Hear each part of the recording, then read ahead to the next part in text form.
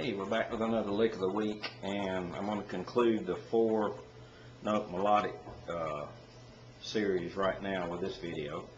And there's a lot of great things you can do with the 4-note scale. Of course, you can make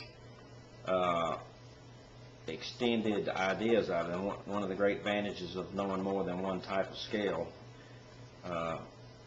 not only for playing melodies, but just for when you're improvising, to extend ideas out so that you can take a normal scale that wouldn't last long enough and make it last longer to cover more measures. So if you're using a scale verbatim as an improvisational idea, of course knowing 2- and 4-note scales allow you to play those scales longer and be a little more musical with them than you can with just an 8-note scale.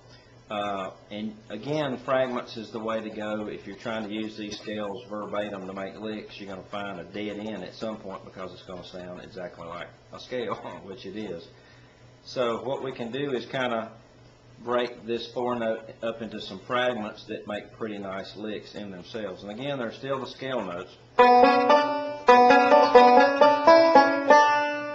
So I can still take the mentality of I'm playing a 4-note scale, and by starting on a different scale note and playing around with that 4-note idea, I can come up with some pretty interesting ideas. Here I started with the B note, and I started B, C sharp, D, B, C sharp, D, E, C sharp, D. So I took just this fragment, starting with the B note, and I made an interesting little 4-note scale. Now this is an ascending idea. You notice the notes are going up instead of down. Okay, if I wanted to reverse that, then I have an interesting little descending idea that's basically just the flip side of what I just did, but I'm going to start on a different note. I'm going to start on, here's my D note. I'm going to use the pinky on the 3rd string at 7. Or I could start with the G note. And then, continue on. And you can come up with a lot of your own licks and things. And again, remember, you don't have to play the scale exactly like that. You could slide into the note, maybe choke a note. There's a lot of cool things you can do within the framework of a scale. So if you apply that to a descending pattern, I'm going 1, 2, 3 as the roll pattern while I hold these scale tones. Let me remove my ring finger there so you can see what I'm holding. And at some point I'm going to replace this D note with the open first. So I'm going to go 1, 2, 3, 1, 2, 3, and maybe the next time I hit the 3rd string, I'll replace it with that note. So instead of hitting the 3rd string twice, and then I'm going to come to this C sharp note, and then switch to a forward roll. So I'm going 1, 2, 3, 1, 2, 1. Now here's the C sharp note, 3, 2, 1. So play around with the fragments and see how many different. Maybe you can use this A note on the 7th fret. 1, 5, 1, 2, 1, 5, 2, 3, 1. And see, the great thing about this, what's so cool, is you decide the form that this scale is going to take.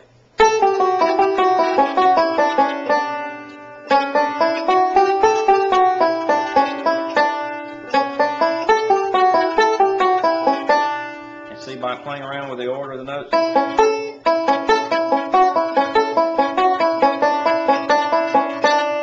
you can come up with just endless varieties of licks. So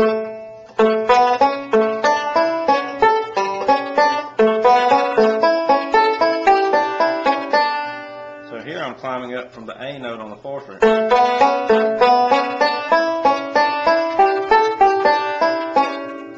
So play around with different ideas based on the 4-note pathway.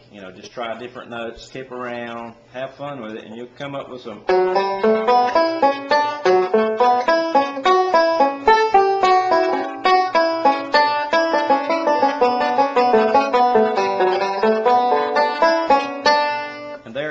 remember, don't abandon the 2-note scale and the single note variety. You can mix the 3 types of scales together.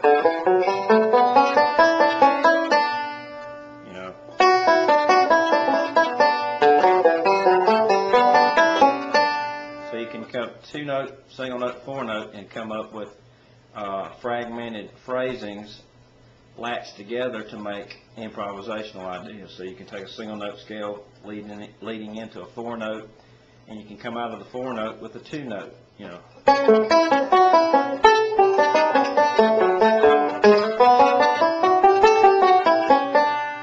So instead of me sitting here and explaining a bunch of stuff that I'm doing as far as improv, I think it'd be better for you to just go ahead and experiment, just like you did with the other scales, which I hope you did, and just see how many different permutations you can come up with, how many different ways you can come in and out of the scale.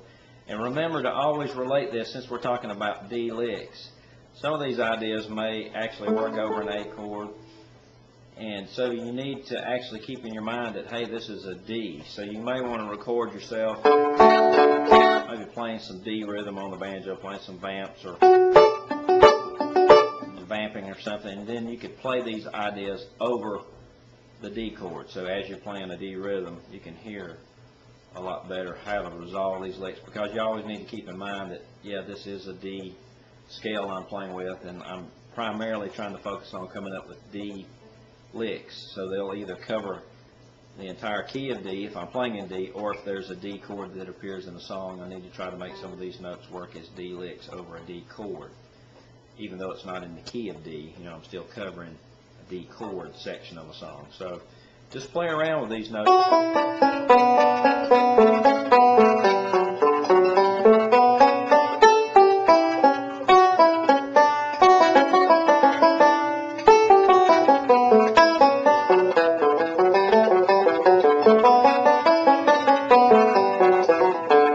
And see how many different cool licks you can come up with. And I think what I'll do next, that'll be a part 2 to this video, I'm going to use a 4-note scale in a tune to wrap things up here. So be looking for that. Thanks.